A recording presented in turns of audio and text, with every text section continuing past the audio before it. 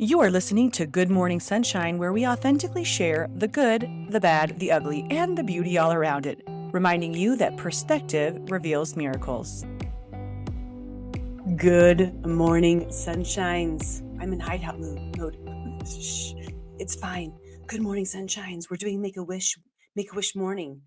And I've literally tried to record this about 8 different times, but every single time I don't just get like slightly disrupted, I get completely disrupted, distracted, and have to like leave the device. So we're trying again. Okay, today is our Make-A-Wish day.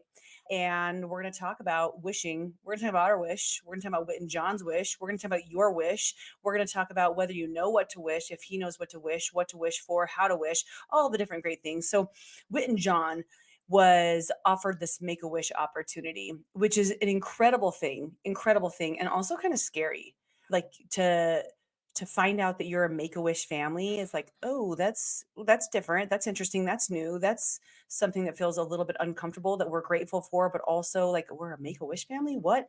And it's true, that's basically all the emotions I went through when we discovered that we did get this make-a-wish. So after his diagnosis back in June of 2022, we were just in this muddled state of going through life, and I was just trying to figure out things. I mean, life in general, but mostly survival and how to take care of him, and felt pretty alone in the not knowing if anybody else could even understand what we were going through. Not that I wanted somebody to commiserate with, but just to like support with what other things could be and just anything that would be helpful. And it's about 6 months in, I ended up finding some Facebook groups. And I don't know about you guys, but I love social media for the availability to create a community to support you in the different things you're doing in your life or you're going through in your life. Whether that's on the positive side of things where you're building or creating or becoming, or on the more challenging side of things where you're going through something, a challenge, a divorce, a job change, a transition, cancer, an ailment, a disease, and you can find people who might be able to support you more than even your current community because they've been through it, and even like your staff, your doctors, is that's what I found really with Whit and John's rare disease. So when I was in this group, one of the things that I noticed within a couple months is somebody was asking, "Hey, did you guys get your Make-A-Wish?" And I was like, "What are they talking about? Like, why would we get a Make-A-Wish?" Oh, that's right. Make-A-Wish is a foundation that supports people and gives them hope, kids, when they have rare diseases or ailments. And it's an incredible foundation. It was started in 1980. There was this little boy who had leukemia. He was 7 years old and he wanted to be a police officer for a day. And they made this incredible experience for him. And it gave him so much hope and joy before he passed, in addition to all of the people that supported him with the wish. If you go through and you read about the occurrence, that very first one, they were just saying how their lives were ever, forever changed because they got to support this human and gather some different perspective, see what you're going through. Maybe it's not that bad. You're helping out this child who has a terminal illness and just is so full of joy and wants to be a police officer for a day. Pretty incredible. So we find out that we're one of these families, the 585,000 families who have received make a wishes ever, which is incredible. There's about 16,000 a year who are granted a wish. And it was like, what would we even think of if you were offered a make a wish? And it's like, what would you even think of? What would you come up with? And now it's interesting because this wasn't for us, but it kind of is. When you do a make a wish, sometimes for a family going through something like this, you want to look at something that affects and supports everybody in the family because everybody has been affected by Whit and John's diagnosis, of course. But it can be just for you, it can be for the family. And what they do first is we get on this discovery call to talk about what he would possibly want.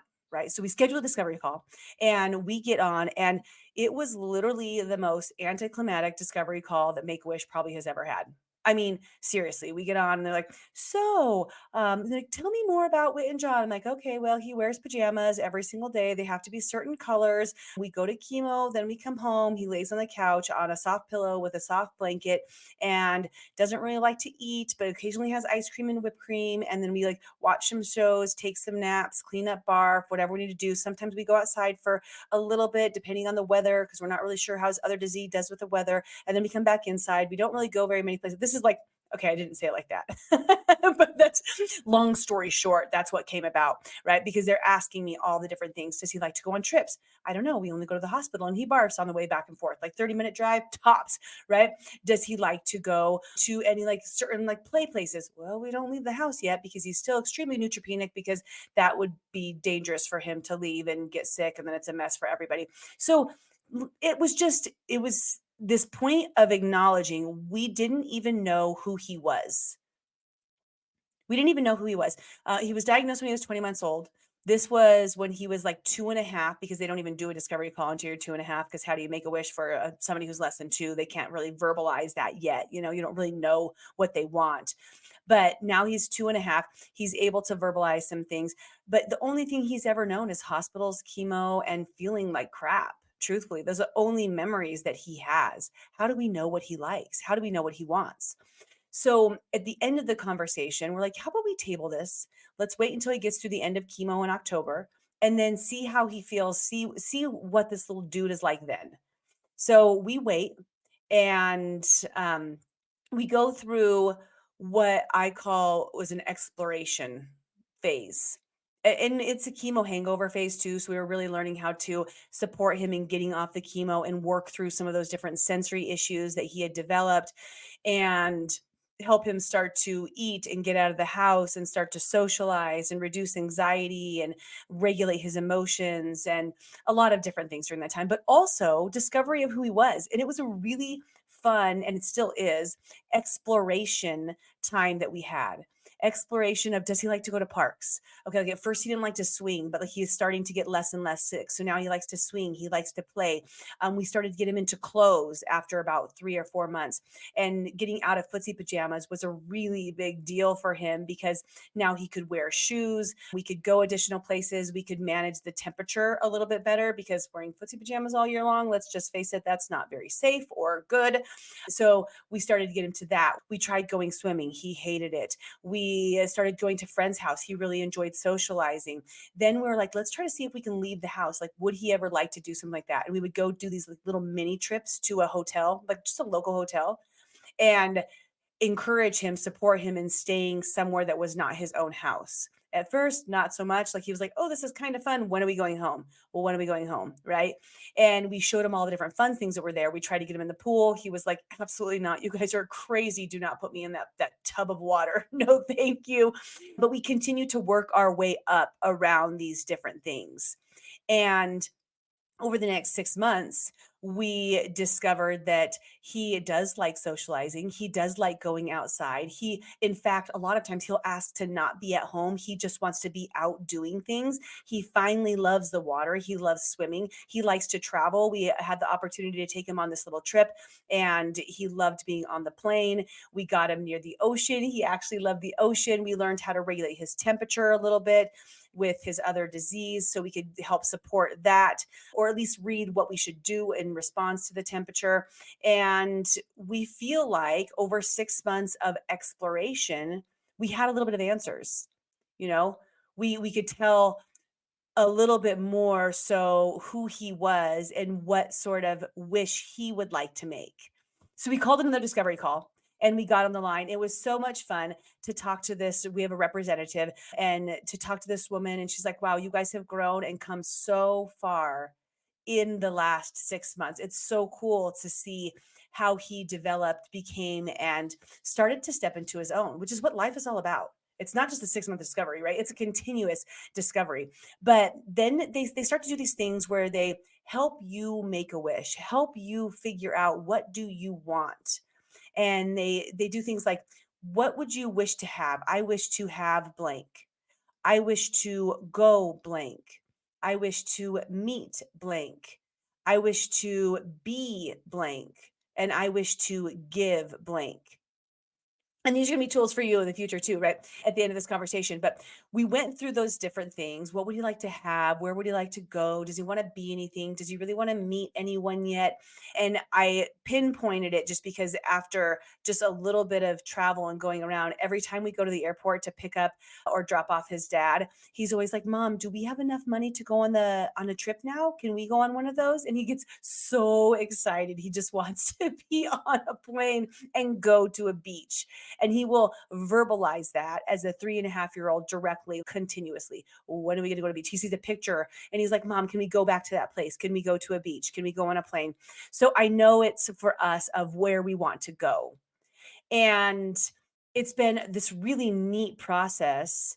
And when I step back with some perspective and look at it, it makes me think about you and I, all of us, and where we're at with our own personal make a wish of life, our own personal what do we want in our worlds? And if we look at the process that Whit and John went through, I pinpointed to one, two, three, four, 5 steps. You thought you couldn't count to five before you started this? No, I couldn't, guys. I'm counting now. 5 different steps. The first one being like, who am I? This is the pre-stage before we even like went into our call. Like, who am I? Because if I don't know who I am, how am I supposed to know what I want to make a wish for? If I don't know what my passions are, what gets me excited, what gets me out of bed in the morning, what makes me feel giddy inside, what I look forward to. And this doesn't mean like maybe it's not things that you do every day in your life, but like what gets you jacked up just thinking about X, Y, or Z, having, doing, being, giving, meeting. What makes you excited? And getting to know the person that is you. Because if I asked you to make a wish for each one of those things right now, what do you wish to have? Where do you wish to be? Where do you wish to go? Who do you wish to meet? And what do you wish to give? Could you write them down? And if you can, stop the video right here, check, write each one of those things down, tell it to the universe, and you are high five. You're rocking it. I think for a lot of us, though, we need this period of exploration, which would be phase two of Make a Wish. Number one, identify, do I really know who I am? Number two, go through some exploration of identifying, is that really who I am? Is that really what I want? Or have I just been complacent in thinking this is what is, so I'll continue to follow the path? This is what I know, and I don't like change. It's uncomfortable, so I will continue to follow the path. And the exploration phase for you could be a few weeks, it could be a few months. It really truthfully is a life. Life is the exploration phase. Life is a continuous cycle of these different 5 steps. But in exploration, allowing yourself to try new things, allowing yourself to get big, get quiet, get loud, get introspective, try on different hats and see what makes you jacked and excited. It's so much fun for me to watch women in our program go through this portion of their personal discovery because we're all so unique. Like I love to see the person who's jacked up by art and painting and theater, and then somebody else who's like, I love numbers and I love diving in, and somebody else who's like, I really enjoy writing, I love cooking, I love just sitting and being, I love socializing, I love going in deep. Like really seeing how unique we all are when we're given the space and opportunity and an invitation to identify ourselves without concern for what anybody else thinks about you, about without any fear of judgment or any assumption of how the world is going to perceive you. Like, I love Comic-Con, that is my thing. I am a Star Wars junkie, that is my thing. I love to knit, that is my thing. And really letting ourselves be our truest authentic selves in this chapter of our lives, because that person does change, and that's cool. That's cool too. So who am I? And then exploration, is this really me? And then phase three is the discovery. This is the call that we had, right? This is the call that we had to have multiple times because we had to go back through the first 2 steps to discover who Whit and John was and what we would discover. And in discovery, it's basically deciding, like it's making the recognition of what do I want, taking this exploration and the who I am, and then discovering, okay, let me tell the universe what I would like. And in discovery, I really encourage you to use those 5 different prompts. What do you wish to have? Write down a list of all the things that you wish to have. Don't go big. Think about it. Who do you wish to be? And this could be like career wise or how you want to show up to the world that way, but it could also be like, I wish to be patient. I wish to be more giving. I wish to be loving. I wish to be more present. I wish to be less angry. I wish to be that personality, the character of who your best self is, allowing for the culmination of that in your mind first, putting it on paper so it can become. Where do you wish to go? And thinking outside of the box, maybe it's not just to the local hotel to acclimate your child or on a camping trip. Maybe it's a trip to Ireland, to Australia, somewhere you've never been. Maybe it's not. Maybe that's not your thing. But where would you like to go? Who would you like to meet? Are there different people, is people that inspire you that you would like to come across? And writing that out, you never know what could happen down the road. How do you wish to give? I love this. In my regular prosperity plan, or when I think about my whole life and what I want to do, I have this vision of being able to give this large check to a family going through something like us every single year. Like, here's your $100,000 check to support you through this really difficult time where you are finding that you're no longer able to work and your life has just been turned upside down. I love the idea of seeing and visualizing that. So this is the discovery and putting those things down, which they tie into the next one, which is deciding. This discovery, it's like, okay, what is this going to be? And then the decision is, that's where you write it down. That's step number 4. It's basically like placing your order to the universe, saying, "Hey, okay, Make-A-Wish Foundation, here it is. These are the things I wish to have." And we're not talking about a one wish wonder here. All of these things are the wish that what I wish to have, what I wish to be, what I wish to do, who I wish to meet, what I wish to give, all the different things, right? You decide and you write this down. And the final step is the doing, taking action. And not meaning that's like this overwhelming, oh my gosh, Cal, I just had this list of 87 things and now you want me to take action on that. No, but there's little steps. Results come from consistency of little steps each and every day. And just deciding, okay, I'm going to do one thing. I see my list. This one's really important to me. I wish to be more patient. That's one of them. So every single day, I'm going to practice a count to 5 whenever I feel myself getting a little bit tense. And I'm going to do that till I feel good with that one do. And while you're doing the one do, other things are going to start to fall into place because you've already made the declaration and the decision and discovered who you are and what you want. And your brain, your RAS is going to start to see all of these different opportunities that fall into place. And now you get to grab onto them. It's such a cool process. And I wanted to just talk with you guys today about our opportunity to all make a wish. Make a Wish Foundation isn't just for the 585,000 kids who have received it. Make a Wish Foundation isn't just for children. We all get to make wishes to become, have, do, serve more in our lives. And I thought this was a really great reminder and a little package of the process of what that looks like for all of us. The final thing that I want to say before we get off is that the other cool part about Make a Wish is the opportunity for people to serve Make a Wish. There's been over 27,000 people who have supported other people receiving their wishes. And whether that's directly for you and a charitable organization that that you give to, and you're supporting people because any place that you're giving, you're granting wishes. You just are. But it's also in our lives. We help people make their wishes come true all of the time, and how we show up with them and how we show up in inspiration, in belief, in support, in a state of non-judgment, in pure love. Just love is a way that you can support people with their wishes. Maybe in inquisition. Hey, when's the last time you made a wish? I listen to this podcast and I'm working on some of my wishes. What do you wish for? It's just that invitation to start making wishes, having dreams. We all get to be a part of each other's wishes coming true when we show up to the world with our most authentic, joyful, God-given soul that we have, which is a really cool piece of this. So today I want to end with in giving you something to do. We always end with a commitment. I already gave you a ton of things to do. So let's just start with the basic commitment of step number 1. Do you know who you are? Do you know who you are? Could you look within and say, "Yep, I could identify these things pretty quickly." And if you want to take it through the whole activity, I strongly encourage you to do that. You can listen to podcast after podcast after podcast, and you can jump off and just be the same person who you were 15 minutes before as you are for the next 5 years. Or you could take the information that you learn and you can move forward with it with a slightly different perspective. Because remember, you guys, perspective reveals miracles. All right, that's all we have for today. I cannot believe I got through an entire 20 minutes without getting interrupted.